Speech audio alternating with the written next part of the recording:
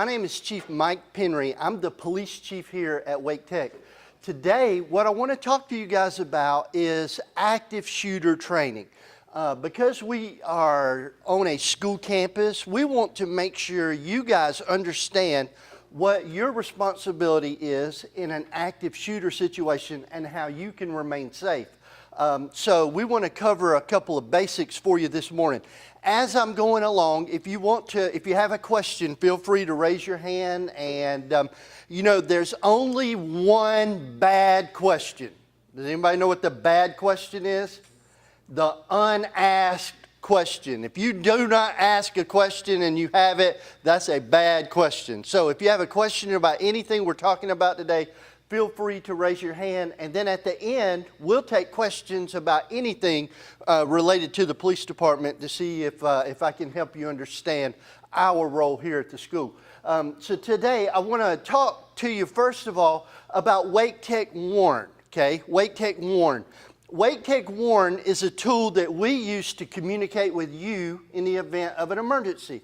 And Wake Tech Warn is free for you to sign up for, and we want you to have this coming to your cell phone as a text message so that we can communicate with you in the event of an emergency.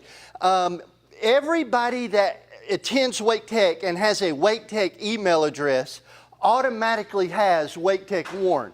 If you've been here for a while, maybe you were here in the spring and we had snow for a couple days and you got a message that came out through your email that said Wake Tech Warn is going to be closed because of snow today. That is Wake Tech Warn, and I'm the one that sends those out. You automatically get it to your email, but we want to make sure that you are registered and have this coming to your cell phone. So how do you register for it? Well, if you go to Wake Tech's webpage and scroll to the very bottom, you'll see a link that says Campus Police. And when you click on Campus Police, our webpage comes up, and Wake Tech Warn is the very first thing that you see. Wake Tech Warn is the same username and password as your Wake Tech email and password. So every time you change your password for your Wake Tech email account, it automatically changes in Wake Tech Warn. So what you would do is go to Wake Tech Warn and you would log in with your username and password, and there would be a section where you can put your cell phone in there so that you can receive this information as a text message. Why is it important to receive it as a text message? Because a lot of times we're not around a computer, or you may be in your car on your way to school and there may be an emergency on campus, and everybody, if you got a cell phone, hold it up. I want to see who all in here has a cell phone, okay? I think just about everybody carries a cell phone, and we get these text messages a lot sooner than you get an email message. I can send a text message about 8 times, 10 times quicker than I can send an email message out, and we want to make sure that this is coming to your cell phone. It's extremely important because this is how we communicate in an emergency.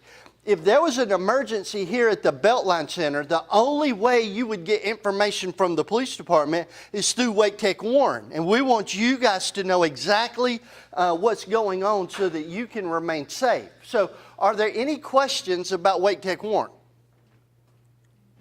Okay. I tell you what, I'm just going to stop and I want to show you how to get logged into it just so you know. So if you have any questions, you just go to the web page. It'll come up.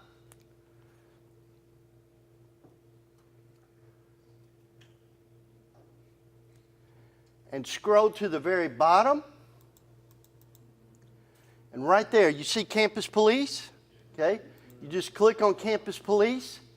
And right there is Wake Tech Warn. So all you have to do is click on Wake Tech Warn. And then you put your Wake Tech email name there and Wake Tech email password there, and you log in and you can put your cell phone information right there in that spot. Okay? Any questions about that? All right. So why are we teaching this? Well, we teach this because we want you guys to be safe in an emergency. So what if we were to have an active shooter here at Wake Tech? It is a shame that we have to teach active shooter training, but based on the day and age in which we live, it is a possibility because these happen on school campuses. So we want you guys to know what you need to do to remain safe. Sorry, Chief Member, could you just explain what active shooter means? Okay. Active shooter would be if somebody were to come to this building with a gun with the intent of shooting people. It could be somebody that's mad at the school. It could be a domestic situation, maybe a boyfriend and a girlfriend, and that person's mad at the other person, and they come to school and they start shooting. It's somebody that comes to school to do harm. And it may not even be an active shooter. It could be somebody that has a knife or somebody that wants to come in and fight and do harm to people. So we want you guys to know what to do in that kind of emergency. What we're going to do next, we're going to watch this little video clip. It'll take about 5 minutes, and then at the conclusion of it, we'll walk through it and talk about the specifics of it. This is called Run, Hide, Fight.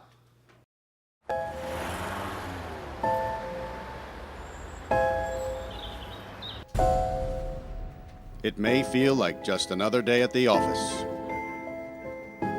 But occasionally, life feels more like an action movie than reality. The authorities are working hard to protect you and to protect our public spaces.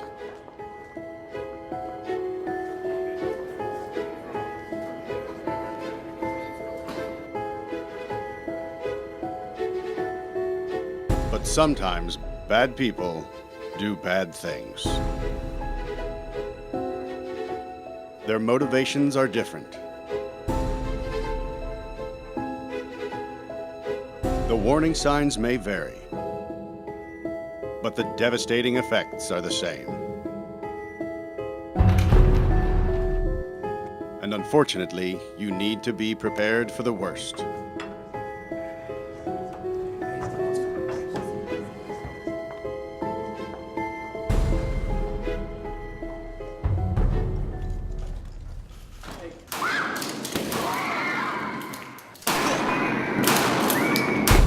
If you were ever to find yourself in the middle of an active shooter event, your survival may depend on whether or not you have a plan.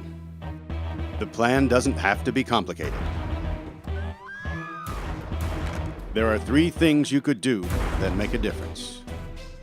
Run, hide, fight. First and foremost, if you can get out, do. Always try and escape or evacuate, even when others insist on staying. Encourage others to leave with you, but don't let them slow you down with indecision. Remember what's important, you, not your stuff. Leave your belongings behind and try to find a way to get out safely. Trying to get yourself out of harm's way needs to be your #1 priority. Once you are out of the line of fire, try to prevent others from walking into the danger zone and call 911.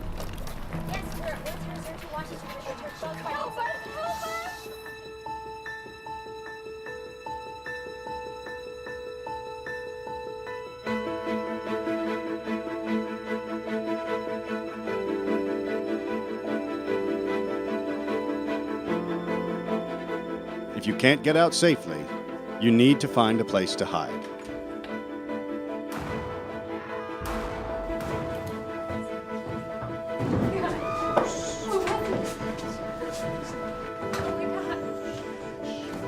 Act quickly and quietly. Try to secure your hiding place the best you can.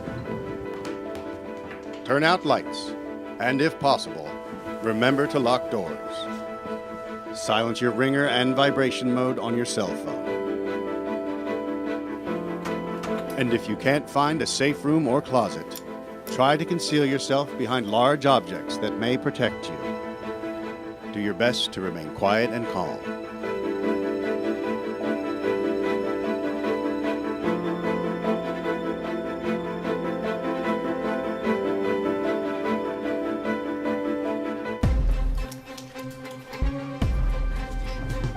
as a last resort. If your life is at risk, whether you are alone or working together as a group, fight. Act with aggression. Improvise weapons. Disarm him. And commit to taking the shooter down, no matter what.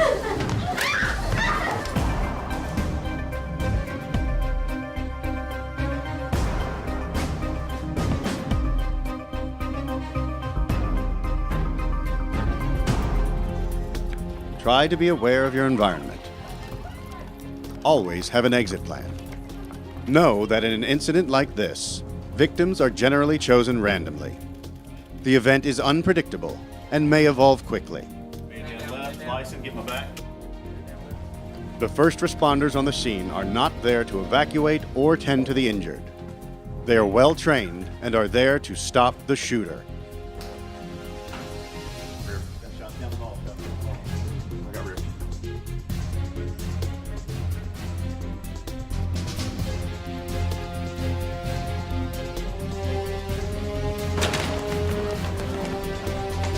Your actions can make a difference for your safety and survival.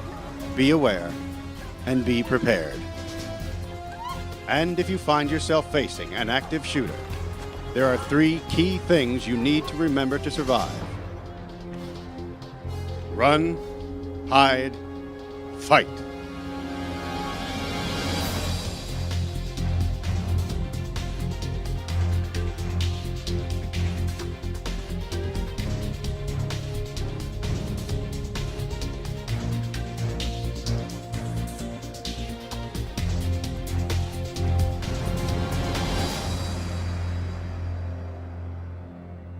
So that is called Run, Hide, Fight. Run, Hide, Fight is a couple of years ago when President Obama was in office. He wanted to come up with a nationwide response plan for people to know what to do in the event of an active shooter. So he asked the FBI to come up with this training, and this is what they developed. Run, hide, fight. And it's what we teach here at school. We want you to know what to do if a shooter were to come into the building. What would you do? You run, hide, fight. But run, hide, fight doesn't just work here at Wake Tech. What if tonight you go to Walmart and you're in the back of Walmart and you hear gunfire up near the cash register? What should you do? Run, hide, fight. You should get away from the gunfire, go out the back door, and get away from the Walmart as quickly as possible. If you could not run, then you would want to hide and stay out of view of the person that's trying to do harm. And then lastly, if you're confronted with that person face to face and there's no other option, then you have to fight. So let's talk about these individually for just a moment. First of all, run. Have an escape plan. Know what this building looks like. Where is your class and where is the closest exit from your classroom? Know where the fire escapes are, if there are fire escapes. Know where different exit rooms are, because on this building there are a lot of ways to exit, not just the main entryway, but there are a lot of other doors that you can use to get out of the building. So you want to know what you're going to do. Leave your stuff, okay? If you're in an emergency and your purse or your book bag or your personal belongings are in another classroom, you don't want to go back and get them. You want to leave that and get out of the building. I call that junk. Leave all your junk and get out of the building, because you can always buy more junk, okay? What we want to do is make sure that you're safe and that you get out and that you help other people get out. So you want to tell people that are around you, hey, there's an active shooter. I want you to come with me. But what if he doesn't want to come with me? Should I make him? Should I go over and punch him in the face and drag him down the hallway with me and tell him he's got to get out? No, I would tell him, okay, you're on your own, but I'm getting out and I'm leaving. But we try to tell people, hey, there's something going on and we need to get out of the building and you need to come with me, because we want to be responsible and help other people. When you're leaving the building, we as police officers need you to keep your hands visible, because if there were ever an active shooter here, there would be a lot of police officers that showed up at the Beltline Center. There'd probably be 75 or 100 police officers. that come in, and they don't know who anybody is. They don't know who students are. They don't know who instructors are. They may not even know who I am. And when you're coming out of the building, this is what you hurt me with, your hands or whatever is in your hands.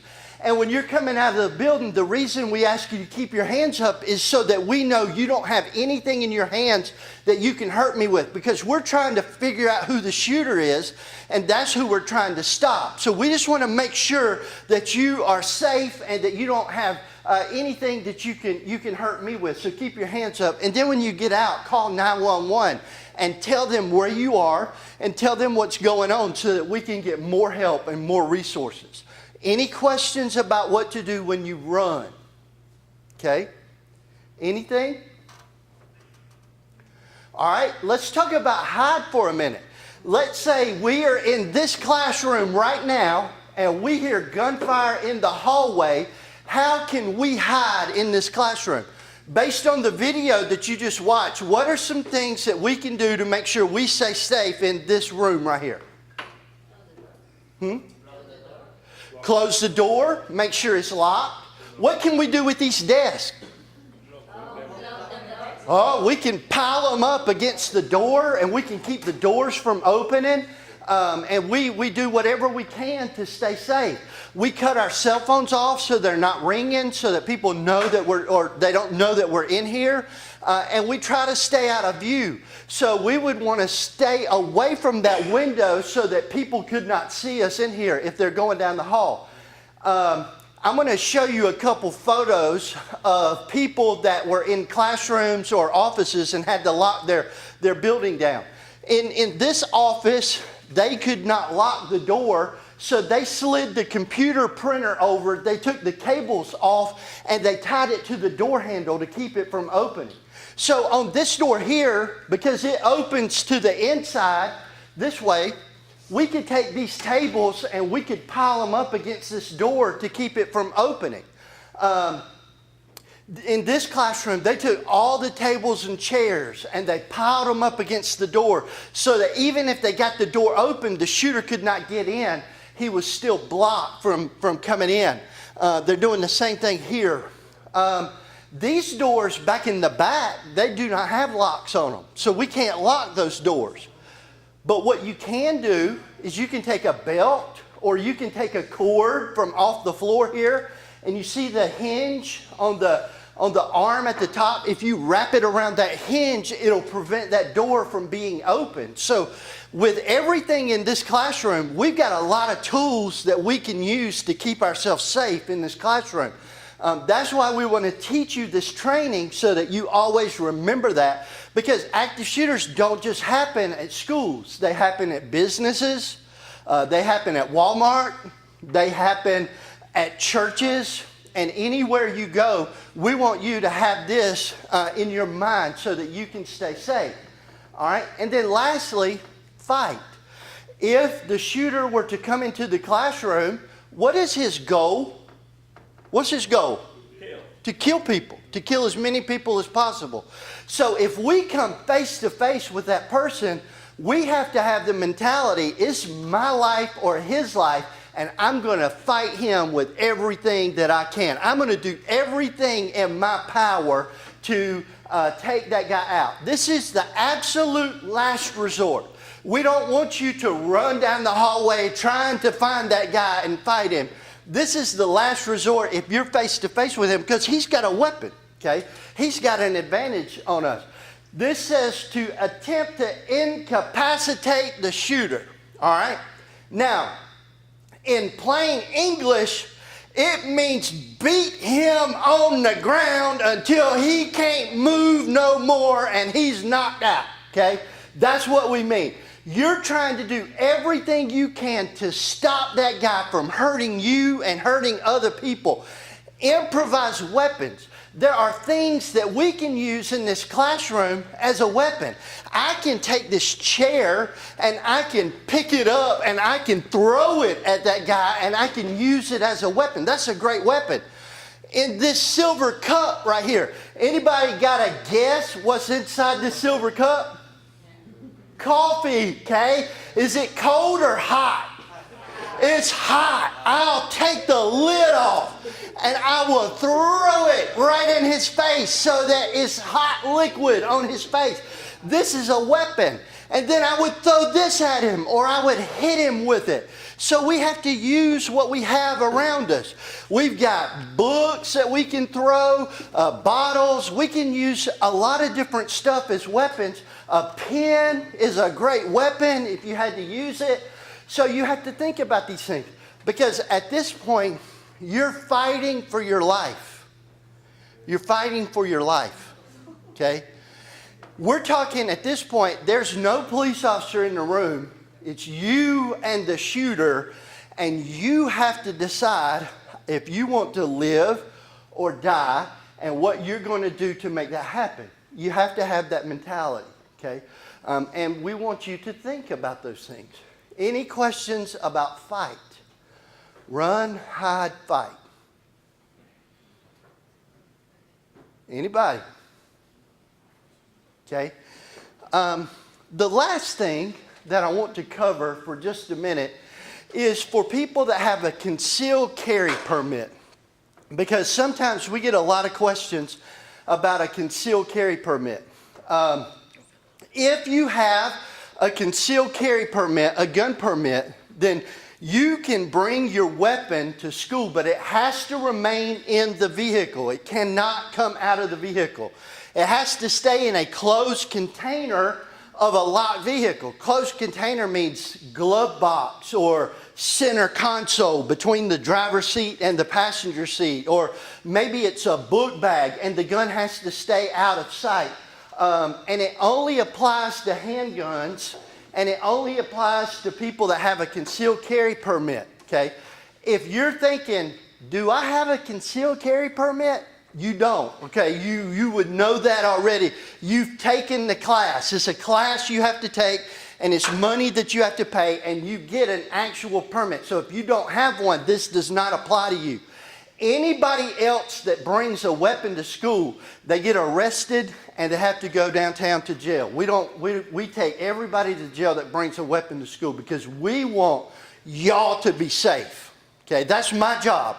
My job as a police chief at Wake Tech is to make sure this is a safe school for you to attend. That you're not afraid that when you come to school that you know that we're here to protect you and to make sure that you're comfortable coming to school. That is our job as the campus police department, is to provide a safe environment for you guys to come and study and these guys to come and work, and to make sure we have an extremely good, safe school for you guys to attend. So that's all we've got with concealed carry.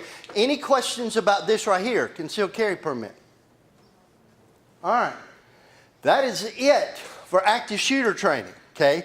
So I want to open it up. I want to see if you have any questions either about active shooter training, about my job as police chief, or about our campus police department in general, okay? Any question is a good question. All right, summertime, you guys need to get the wheels turning. I know somebody has some kind of question. Yes? So when you take down the active shooter, do you recommend doing it with a group of people or individually? If I were in this room right here and an active shooter came in, I would say take them down with a group of people. I would very quickly, I would tell these two guys right here, you take his legs, you take his arms, I'll take his head. And then we go and he'll jump on the legs and he'll grab the arms and I'm going to beat him in the head, okay? And we work as a team. A team is a lot more effective than to do it by yourself individually. What do you have your weapon then? If he has a weapon, if you don't do anything, what's he going to do? Kill everybody. He's going to kill everybody. If you do go towards him and attempt, can you get shot? Yeah, you can get shot, but you're going to get shot whether you don't do anything or not. So what we're going to do at that point is fight for our life and try to take him out. And we're talking only if he comes into the room and we don't have any other option. Remember, this is the last resort.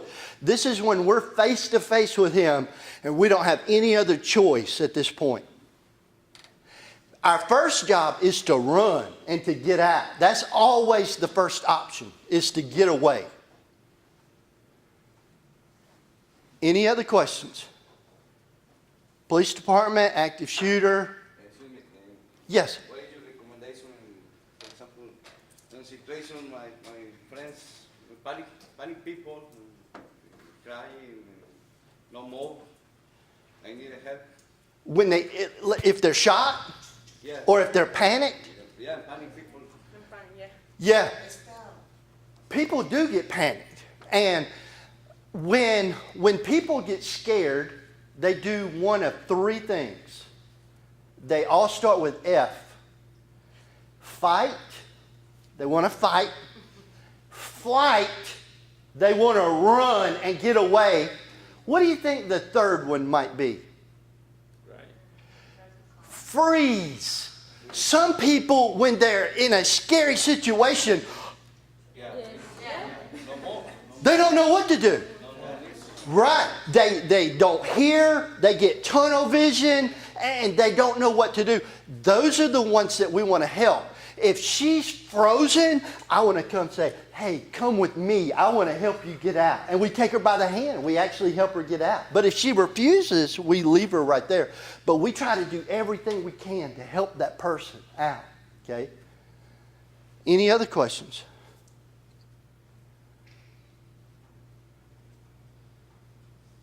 All right. Run, hide, fight, okay? If you're on your way home today and you stop at the grocery store and somebody comes in with a gun and starts shooting, always remember, run, hide, fight. If you're at Wake Tech tomorrow and something happens, run, hide, fight. If you're at church on Sunday and you hear gunfire in part of the building, run, hide, fight. This is a great tool to memorize and to use, and that's why we want to teach it to you so that you can remain safe.